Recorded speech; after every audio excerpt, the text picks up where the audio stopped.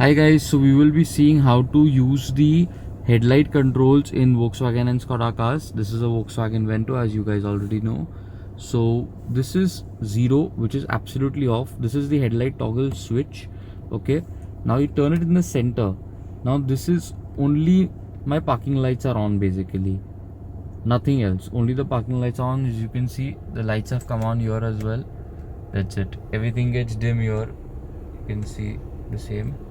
Okay, now if I want to switch on my headlights, all I have to do is turn it absolutely to the right. So we can see in the front my headlights are coming on.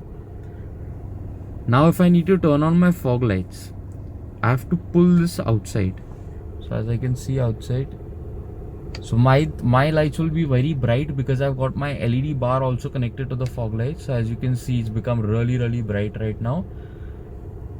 And then if you want to turn on the rear fog light, all you have to do is pull this toggle switch. I don't know if you'll be able to see it, but you can see the rear has lit up more bright. So this is the rear fog light. Shut off everything, again push it absolutely inside and turn everything off. Now the high beam and low beam is again on this side. As you can see, you can flash the lights, push it up for the high beam. So this is how the headlights work, and the headlight height adjustment is right here. You can turn it down or up, 1, 2, 3. All the levels for the height adjustment of the headlights are right here. So as you'll be able to see it outside. Turned it down. Now it's going all the way on top.